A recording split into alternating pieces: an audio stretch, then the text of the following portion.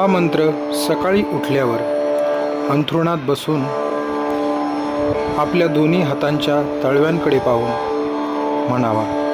हा मंत्र तुम्हाला दिवसभरासाठी सकारात्मक ऊर्जा देतो.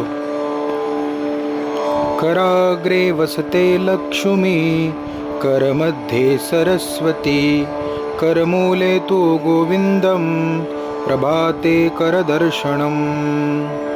कराग्रे वसते लक्ष्मी, करमध्ये सरस्वती, करमूले तु गोविंदम, प्रभाते करदर्शनम.